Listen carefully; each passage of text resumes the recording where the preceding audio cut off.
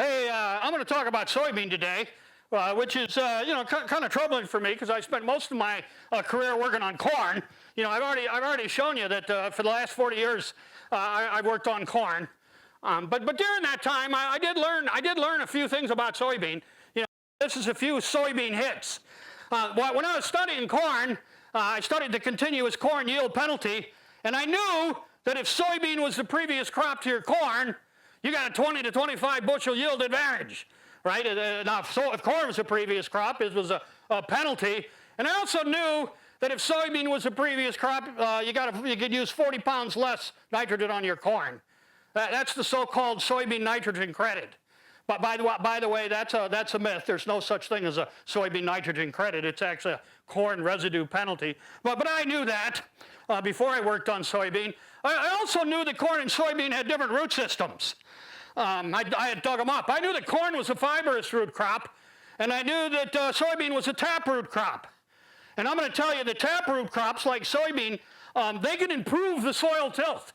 They can actually fracture soil compaction. And any of you who have ever chisel plowed a corn or soybean stubble, oh boy, you know they work up differently.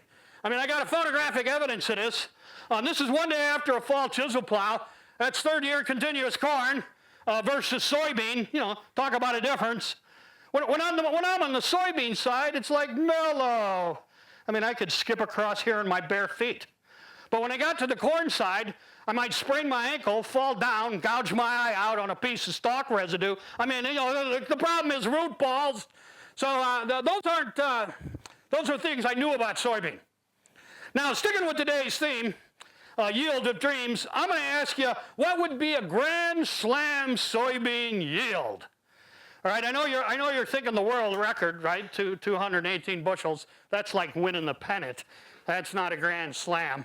What's our target? What do we view as a grand slam soybean yield? And that's 80 bushels. And that's fairly attainable. I mean, that's going to be the goal today. That's the grand slam, 80 bushels. Now, why? Well, why is 80 bushels the target? I'm going to harken back to 2007. And in 2007, what was then Monsanto, I mean, they somehow figured out that in order to feed a growing world population, we needed to double crop production. And this is especially true if you wanted to eat meat every now and then. Right now, then the population was 7 billion. It's a little over 8 billion now. It's going to be 9 billion in the next 13, 14 years. And we need to double crop production in order to feed them. You're all part of that heroic crusade. Now, at the time, average soybean yield was 40 bushels. That's why 80 is the target. By the way, average corn yield at the time was 150 bushels. So I did the math, 300 is the target. Now, I'm pretty sure Monsanto thought they were going to achieve these increase in yields with tech fees. But I think there's going to have to be some other management that goes along with it. And at that time, I was mostly a corn researcher, and I wanted to get in on this high yield gig. And so that's when I launched the 7 wonders of the corn yield world. And I have milked this puppy to death, I'll tell you. Now, I haven't worked on soybean much in my career. But what I'm going to tell you is a statistically true story. That means I've embellished less than 10% of the story. Statistically true. So what happened in 2012, the Illinois Soybean Association, they came to me. And they said, we like that 7 wonders of the corn yield world thing. Can you come up with a similar concept for soybean? They said to me, we want to make soybean yield sexy. And if you could make soybean yield sexy, there's some Illinois checkoff dollars that might be involved. And, I wanted those checkoff dollars bad. But I had to make soybean yield sexy, and I thought, how on earth am I going to do that? And so I asked my good friend Victoria, how am I going to make it sexy? And she said, if it's going to be sexy, it's got to be secret. And hence the 6 secrets of soybean success. Now, I don't keep a secret very well because I'm going to tell them all to you. And I'm going to admit to you, in 2012, when we came up with this, I didn't actually know the value of all of these. I mean, I knew these were the important things, but I didn't know how much each of these was worth. All right, so I simply made it up. I made up the order to get those check-off dollars. Now, I'm happy to say now, 13 years later, we have worked on soybean long enough that now I can put a value to soybean, and now it's the 6 secrets of 80 bushel soybean. That's an update, right? And so what this is, it's the top 6 factors that each year have a positive impact on soybean yield. I'm going to give each one of them a value. I'll talk about some of them as time permits in more detail, and then I'll show you if you have all these right, they could lead to 80 bushels. Now there are some prerequisites. You know, a prerequisite is what you have to do or have before you could do what you want to do. And there's some prerequisites to the 6 secrets. And I don't mean they're not important, they're actually crucial. But in and of themselves, they don't add yield or they don't have to be done every year. So, you know, I don't have to tell you, soybean hates wet feet. Oh boy, does it need tile drainage. And the tile guy is my best friend until he sends me the bill. And that really adds yield. But once it's done, it's done. The same thing is true of soil structure. By the way, do not compact your soil, right? That's a prerequisite. Weeds don't add yield, by the way. I'd rather not have any weeds. Hey, remember the good old days? I don't know how long it was. Remember when we could let the weeds grow good and tall and hit them once with Roundup and then harvest a clean field? I mean, we harvested our 40 bushels. There wasn't a weed in it. Those days are over. Now that we got, you know, glyphosate resistance, but I don't want weeds. I'm going to tell you that, boy, soybeans pretty finicky about the pH. Need to have the pH right. And I'm not going to talk much about that, but our next speaker, Marcus Lohman, will talk about soil tests, base levels of salt tests. Those are the prerequisites. And so then, what are the top 6 factors that impact soybean yield? I'm going to start at the top, work my way down. By the way, you already know the one that has the biggest impact on soybean yield. It's the weather, Mother Nature. Here's the good news about soybean weather and corn weather. Soybean is much less sensitive to the weather than corn is. I think it has to do with its indeterminate growth. Now it's still affected by the weather, but not as much as corn. Now, I'm told there is such a thing as good weather. I think it's called average weather. But there's a lot of bad weather. And you know what you do when the weather's not working for you? You refer to the weather using that pregnant dog term. You say, this weather's a real pregnant dog. And I can show you some examples of pregnant dog weather here when it comes to soybean. I mean, there's too much weather. There's not enough weather. You know what I really hate is when I get precipitation in frozen form. Boy, that's a bad day. These are all weather disasters. Now, I'll tell you another weather problem I'm reminded about every spring, and I was particularly reminded about this in southern Illinois, and that's planting date is not under my control. It's determined by the weather. 2019, May 15th, we haven't put a seed in the ground yet. Can you imagine how anxious I am that we haven't planted a seed yet by 2015? Because, by the way, if you don't plant the trial, then the industry doesn't give you the money. So, and it doesn't look like we're planting this trial today. I mean, actually, we planted corn first here, not till the end of May. We put a lot of soybean in June back then. Now, I want to ask you a question, and this is related to planting date. Planting date's determined by the weather. And so the question is, which crop should you plant first? Corn or soybean? I'm going to tell you what I learned, and I'm going to tell you what I incorrectly taught for many years. I learned that soybean had a higher base temperature to germinate than corn. Base temperature is the minimum temperature required for germination. And I learned that the base temperature of soybean was 55 Fahrenheit. It was only 50 for corn, right? And that would mean plant corn first, right? Turns out that's wrong. But by the way, for anybody I taught this, there is no refunds. I mean, turns out this is wrong.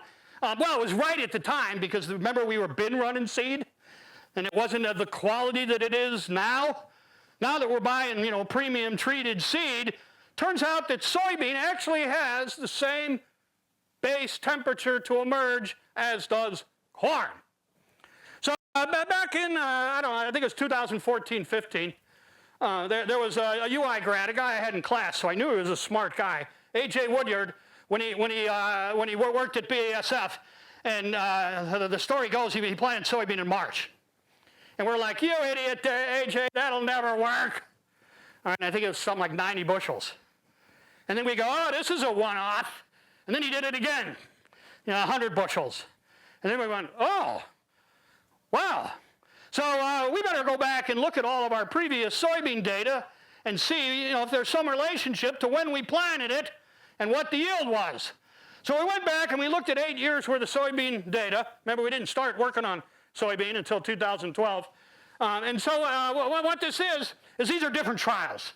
And we looked at what date we planted the trials. It's not a planting date trial, but we looked at when we planted the trial and what the yield was. And do you see any trend here? Through the wonders of math regression, you can see that for every day after April 23rd that we planted soybean, we lost a half a bushel. And by the way, we had never planted soybean earlier than April 23rd because we're so busy planting corn. So then we go, wow, next year we're going to plant soybean as early as we can. And we managed to get soybean out on April 3rd. 17 days later, we had a hard frost. Now, notice the growing point of every one of these plants is dead from the frost. Now, my question is, are they history? Are these done? And the answer is, notice the cotyledons. See how there's a little green left on those cotyledons? And here's the magic about soybean. It has axillary buds at the base of the cotyledon and the stem that can provide a mechanism for regrowth. Now, my student was freaking out. He wanted to replant this. We're going to replant it. We're going to replant it. I'm like, and I said, no, let's wait. Let's wait for those axillary buds. And it was painfully slow. So after 43 days, you can start to see the Y branches, right? That means you killed the meristem. That's what it looked like 43 days after the frost. This is the 21st of June. Not close to canopy. Doesn't look too bad in 90 days. And guess what? It was a grand slam yield, 85 bushels. And this got us saying, we got to do a planting date study. And so for the last 3 years, we've looked at a planting date study. And I'm going to share some of the results of this with you. So what we looked at planting date and other management factors that should go along with differences in planting date. And I think all three of these reports are on my website. One of our former students responsible for this work. And what I'm going to show you, so in each of these years, we had 4 different planting dates. We had one of them that's early, that's corn time. We had one of them that's still corn time. We had one of them that's the normal soybean time. And then we had one that's into June. Why would you plant soybean early? I'm going to use 2022 as an example. The reason you would plant early is to try and cover the ground with more leaves. So I'll show you 2022 here, what it looked like on June 15th as a function of planting date. So if you look at the early planting date versus the less early planting date, you can still see there's more ground cover. Oh boy, can you tell the difference between beginning of May and the end of May, and on June 15th, we hadn't planted the crop yet. Well, I mean, that's one reason to plant early. Increased light interception. Same thing on July 31st, and you can still see the difference. Can't see it as well on the first two early, but you can sure see it on the later one. So one reason to plant earlier is to intercept more light quicker. The other reason is to get more nodes. We took this plant, we peeled off the leaves, and we looked at how many nodes are on the plant as a function of planting date. And what I want you to notice is you plant early, it's 21 nodes. Plant late, it's only 12 nodes. Nodes is the key. Now, why am I so keyed up on nodes? Nodes is part of the yield algorithm of soybean. So, you can make soybean yield into a math equation by multiplying its yield components together. We call this our yield algorithm. I don't actually have a clue what an algorithm is, but I think it involves math. So, soybean yield is a function of pod number per plant, seeds per pod, and weight per seed. And that's what it looks like in talk, and here's what it looks like in pictures. So notice pods per acre is actually a product function of plants per acre. I mean, because, you know, the damn thing branches, and then you can have multiple pods at a node, more than one pod at a node. So pods per acre, seeds per plant, weight per seed. And by the way, you got to increase at least one of those to have an increase in soybean yield. There's no other way you can do it. So I'm going to ask you, which one of these is the most important? Which one is the most important? You know how you do a soybean yield estimate, right? You take the hula hoop, and then you throw it out, and then you count all the pods, and then you make up a yield after that. Right? That's how it's done. So pod number per acre is the most important. Now, what determines pod number per acre? Pod number per acre is going to be a function of node number and pods per node. This is why I'm so excited about getting more nodes. A typical soybean plant you would grow, it'd have 20 nodes, 16 of them would have pods, the branches that come out of the bottom four. And so if I can get more nodes, then I have the possibility of getting more pods, and that may give me higher yield. All right, here's the thing that's kind of surprising. If you could put one more pod on every soybean plant, just one, that'd be worth 2 bushels. One more. All right? How is that even possible? How is it possible that one more pod gives me 2 bushels per acre? Well, it has to do with the other yield components of seed number, seeds per pod, and weight per seed. So let me talk about seeds per pod. You know how the soybean is it usually has 3 seeds per pod. Now, obviously, if you're under stress, you get less. Man, do I hate it when they only have 1, right? So that's a stressful situation. So it's usually 3, less with stress. But if you have good conditions and certain genetics, you can get 4 or the magic 5. I can't tell you how much time I've spent looking for the 5-bean pod when it was worth something. And I am sorry to say I have never found a 5-bean pod. I mean, I guess that's a rite of passage when it comes to soybean. In 2012, one of my students found one, tried to sell it to me, but I took a picture of it. So there's the 5-bean pod. And I think just to rub it in, our second speaker, he found a 5-bean pod, and he embedded it in acrylic for me, and now I have it, right? Just to remind me, I've never found one. That's a genetic trait. That's seeds per pod. And so why is that important? Because pod number per acre and seeds per pod gives me seed number. And seed number is usually the yield component most associated with soybean yield. So I've taken a whole bunch of trials here, 133 trials over 7 years, and I'm looking at the relationship between seed number and grain yield. Now I want you to notice, in order to hit a grand slam soybean yield, 80 bushels, we got to have north of 4,000 seeds per meter squared. You know, so that's pretty important. Now, I don't want to overlook weight per seed. That's also important. So I'm going to ask you a trivia question here. Do you know the average weight of a soybean seed? Anybody know? It's 150 milligrams. See, I use the metric milligram to make this appear more scientific. 150 milligrams. And here's the thing. If you could increase seed weight 2 milligrams, if you could go from 150 to 152, that's a bushel. So that's also pretty important. Now, I think seed weight is overlooked because when you look at the relationship, seed weight tends to be less closely associated with yield. I didn't mean it wasn't important. But look, you got to be north of 160 milligrams if you got a hope of hitting a grand slam soybean yield. And of course, the problem with seed number and seed weight is they don't like each other. They are negatively related. I mean, I said you had to be north of 160. You had to be north of 40 to get that grand slam. And, you know, that's going to be a challenge. All right, well, back to the planting date study. What I'm going to do is I'm going to show you what the yield was. I'm going to average it over varieties and management. And I'll show you some of the variety management ranges.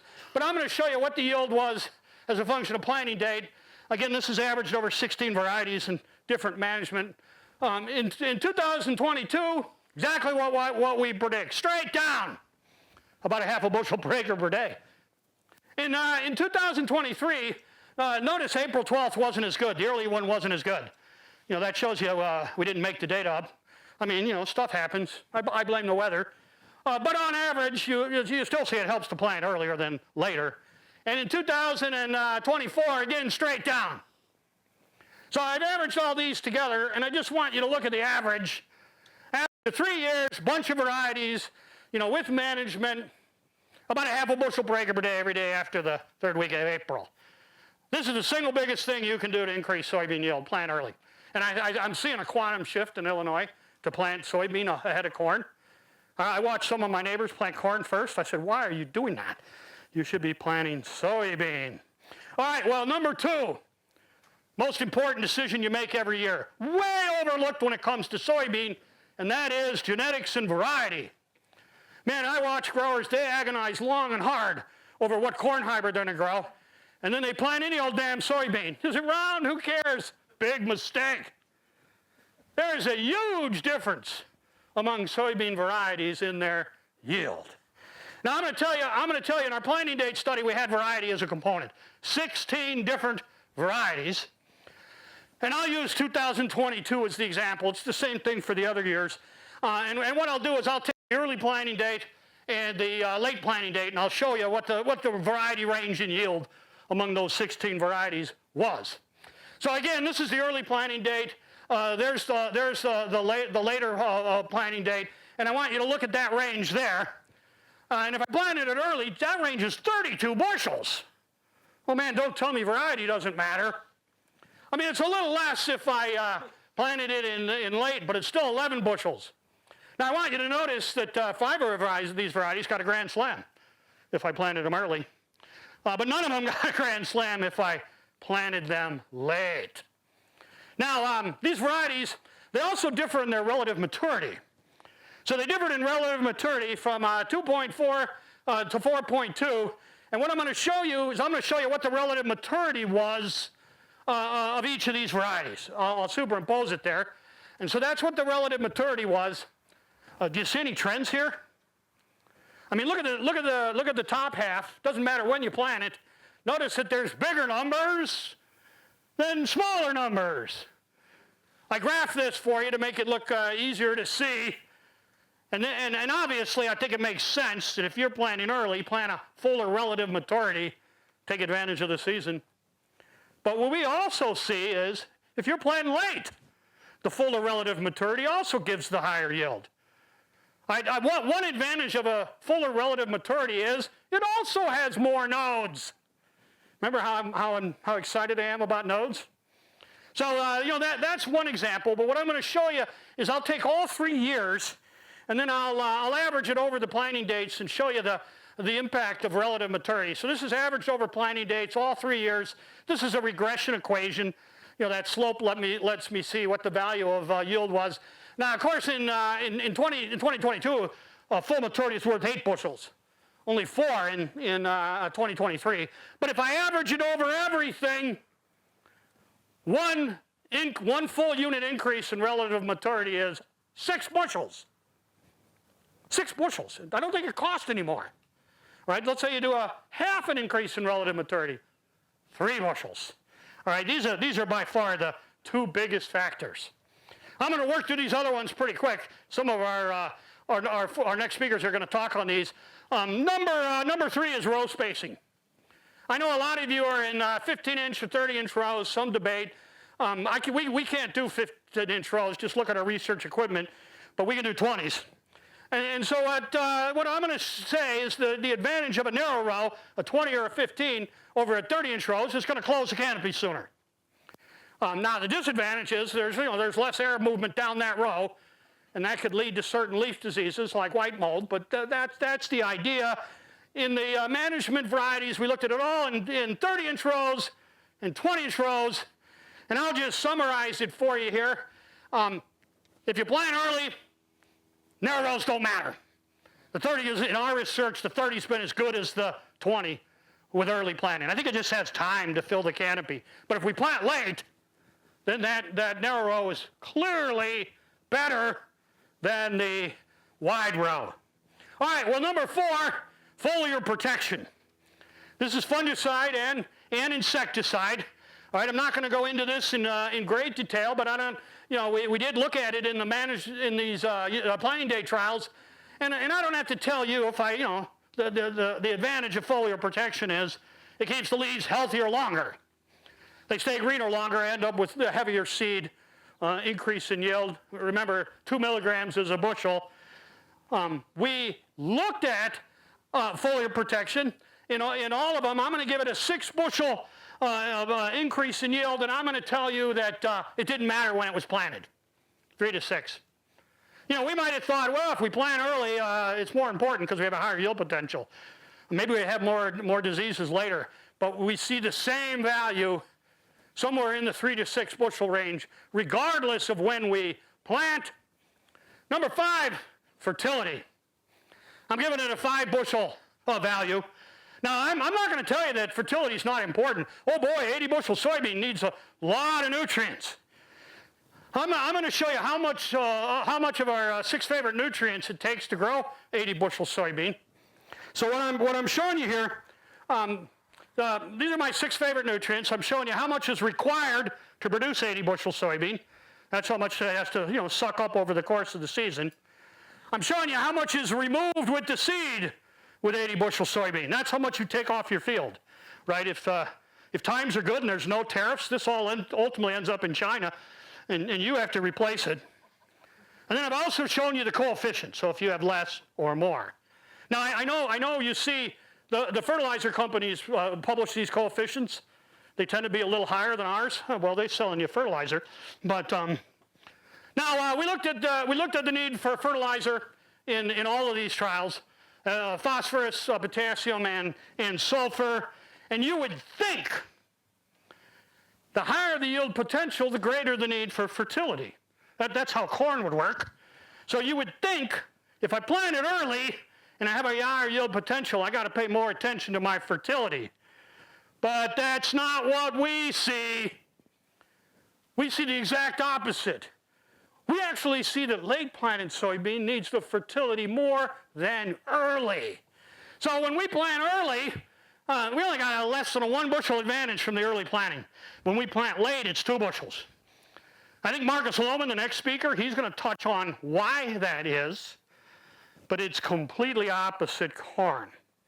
And then the last one is seed treatment. Dr. Favarato is going to talk in depth about seed treatment here, but I'm going to ask you a question related to seed treatment. And the question is, what do you call a soybean seed that has no seed treatment other than cheaper? Naked. Naked seed. I love the sound of that. Naked, isn't that sexy? It kind of gets me a little aroused. That seed has no clothes on. And I'm going to say, I don't have to tell you, there are 50 shades of seed treatment. There's even gray. I think it's a little abusive, but most of these are protections. We're going to talk about what you could add in addition to that. What I will tell you, what our research shows, is if you plant early, the value of the seed treatment is greater. And that sort of makes sense. We're planting it into cold, wet soil. So I got to ask one more question, and that's where do biologicals fit in this? How come biologicals isn't one of the 6 secrets? This is the next new thing. Ava Isaac's going to talk to you about our work with biologicals. So where do they fit? Well, you could put them on with your foliar protection, or you could put them on with your seed. I think they'll both Dr. Favarato and Ava will talk about that. And the biologicals are supposed to help you with weather stress and help keep your nutrients available. So you've optimized all of these, summed it up as 80 bushels. You got a grand slam soybean yield. Now, here's the thing about these. They all interact with each other. Weather affects them all. So that's what makes it so challenging, interactions, positive or negative. And I'll guarantee you, if one of these is not optimized, you can grow less than 80 bushels. That's fairly easy. What's the recipe for 80 bushel soybean? You got to have the prerequisites right. optimize each of these 6 secrets, their positive interactions, and the 2 biggest things you can do. Plant early, based on the weather, plant the fullest relative, newest, best variety for the region. I'm going to turn it over to Marcus Lohman. I think Dr. Sybil's going to advise him. I know I've taken too much time, as he expected. Notice he gave me a half hour, and all the other students 20 minutes. But we are going to have a panel discussion at the end where we will all ask questions. So